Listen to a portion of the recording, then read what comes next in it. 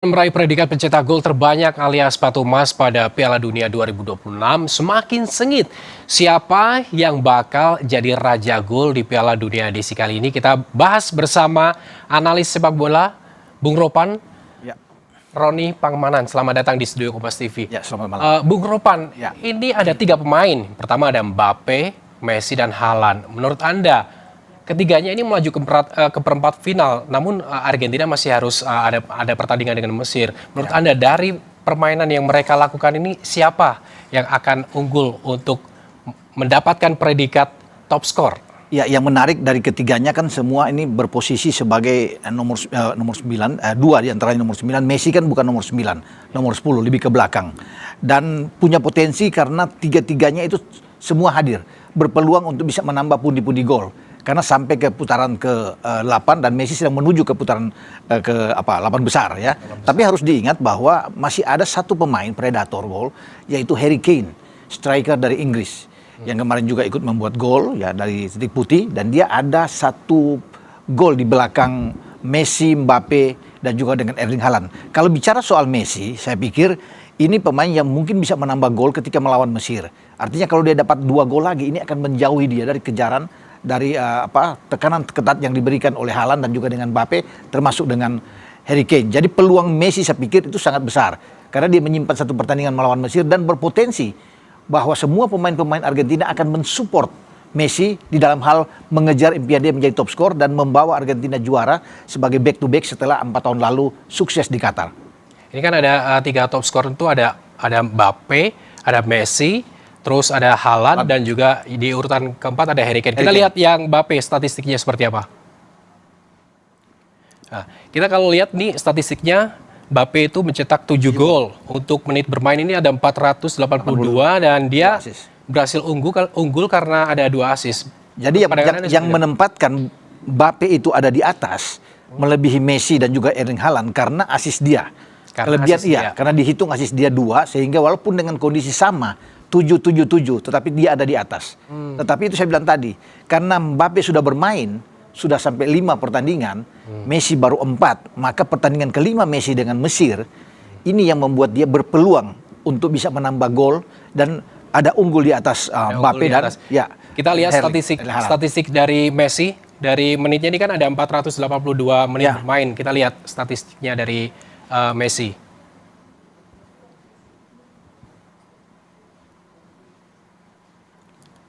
Jadi apakah yang Anda lihat ini untuk menit bermain ini kan lebih sedikit ya, 320 menit bermain. Ini juga sangat mempengaruhi untuk menjadi top scorer.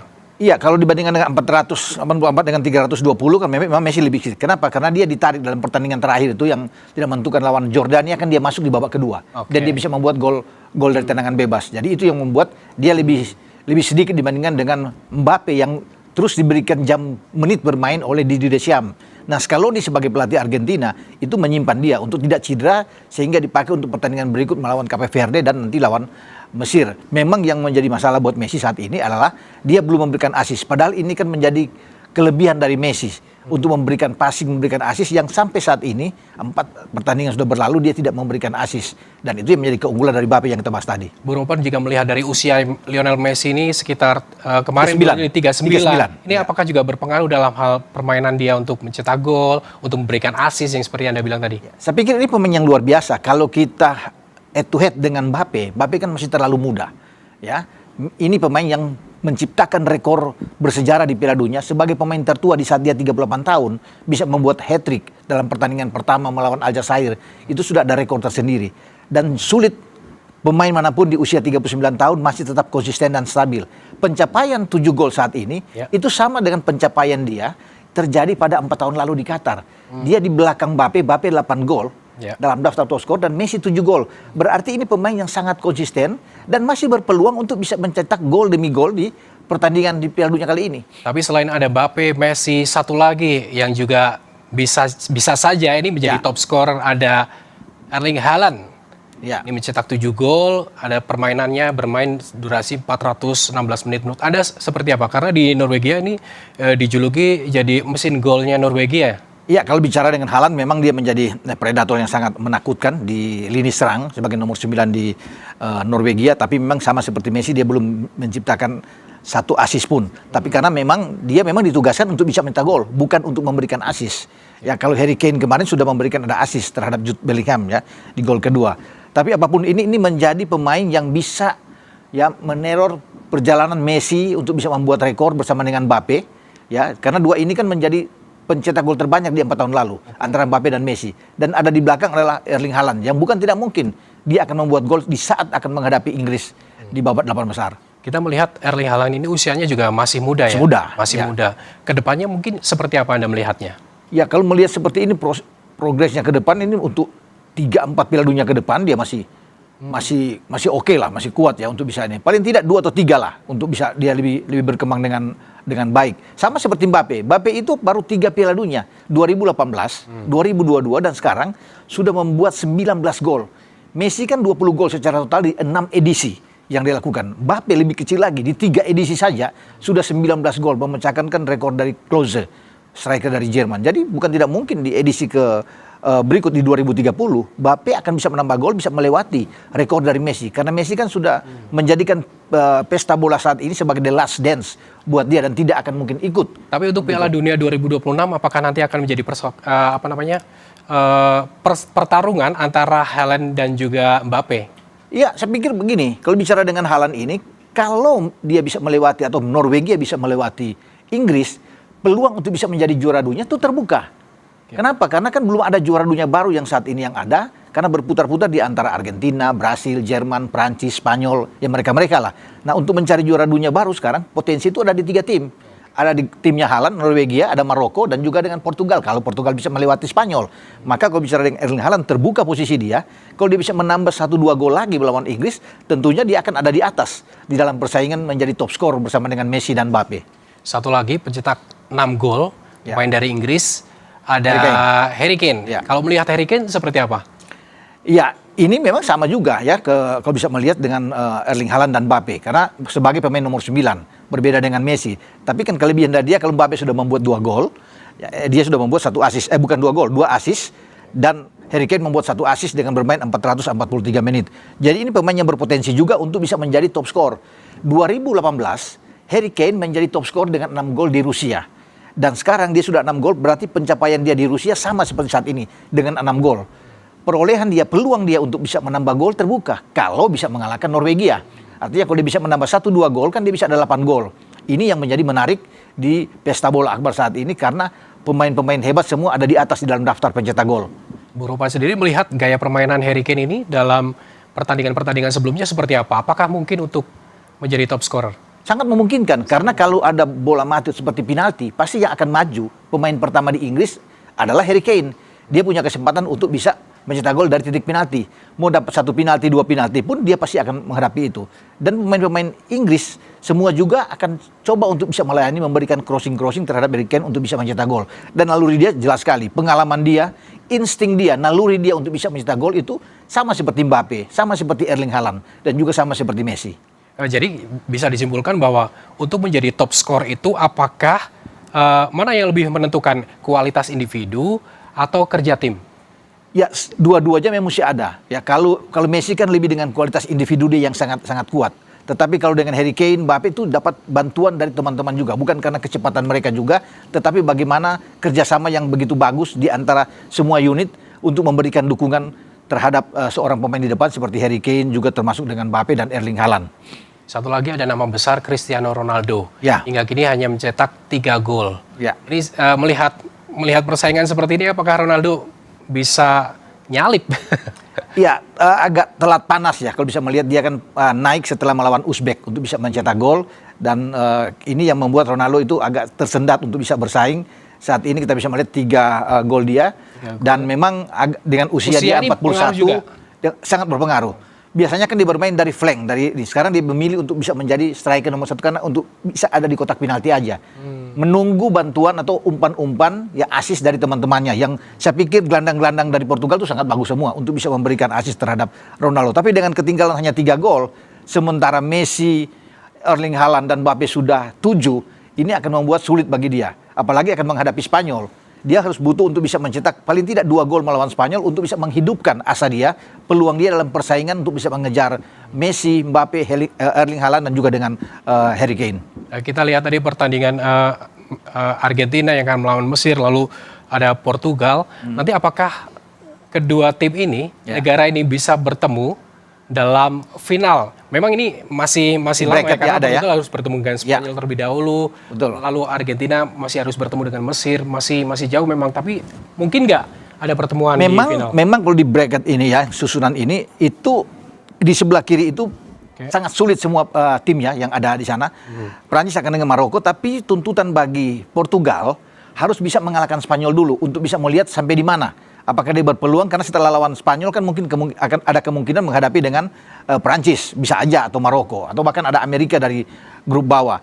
Jadi memang kita akan menunggu kalau memang mempertemukan antara Messi-nya dengan Argentina dengan Portugal bersama dengan CR7, bisa saja itu terjadi, dan ini akan menjadi catatan manis sepanjang sejarah penyelenggaraan Piala Dunia mempertemukan 2 god yang sangat bagus yang akan mengakhiri pesta bola dunia ini berlangsung di Amerika, Kanada, dan Meksiko. Jadi tidak akan mungkin terjadi lagi. Dan dua-duanya akan mengakhiri The Last Dance bagi keduanya. Oke, baik. Nanti kita akan lanjutkan dulu.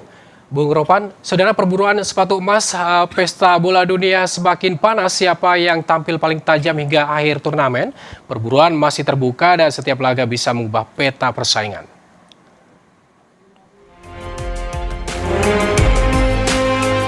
Ketajaman para penyerang terbaik dunia diuji untuk membawa negaranya ke posisi puncak pesta bola dunia, termasuk mengukir namanya ke daftar pencetak gol terbanyak. Saat ini, Kylian Mbappe, Lionel Messi, dan Erling Haaland memimpin daftar top skor dengan 7 gol.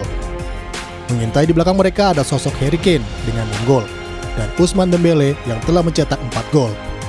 Kylian Mbappe pada Piala Dunia edisi kali ini menyumbang 2 gol ke gawang Senegal dan 2 gol ke gawang Irak pada babak grup. Pada babak 32 besar, Mbappe membantu Prancis menyingkirkan Swedia dengan mencetak 2 gol. Yang terbaru, Mbappe mencatatkan 1 gol ke gawang Paraguay pada babak 16 besar. 4 pertandingan berlalu, Lionel Messi memecahkan rekor gol Piala Dunia terbanyak sepanjang masa dengan koleksi 20 gol.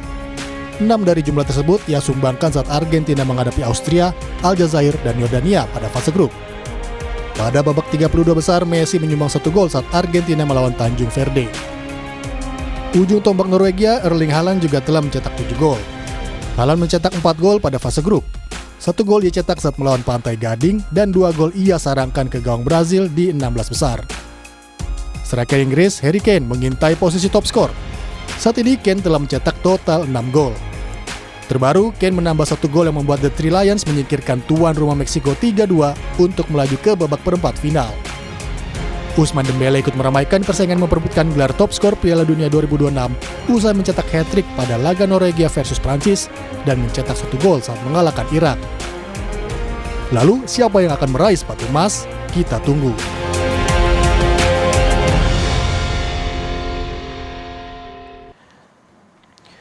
Pelatih Portugal, Roberto Martinez, diprediksi akan menerapkan formasi 4-2-3-1. Renato Veiga dan Ruben Dias akan kembali di plot duet benteng pertahanan Portugal.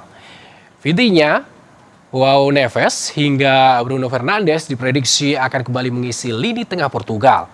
Sementara Bruno Fernandes diperkirakan akan kembali menghangatkan bangku cadangan. Ketajaman Cristiano Ronaldo akan diandalkan Portugal untuk mendobrak lini belakang Spanyol. Sementara pelatih Spanyol, Luis de la Fuente, diprediksi akan menerapkan formasi 4-2-3-1. Pau Cubarsí dan Laporte, saudara, diprediksi akan menjadi duet lini belakang Spanyol. Ada Rodri, Pedri, dan Dani Olmo akan perkuat lini tengah Spanyol. Sementara Lamine Yamal akan menyerang dari sisi kanan. Juru gedor El Matador diprediksi akan kembali dipercayakan ke pemain Real Sociedad. Ada Mikel Oyarzabal yang sudah mencetak 4 gol di Piala Dunia ini.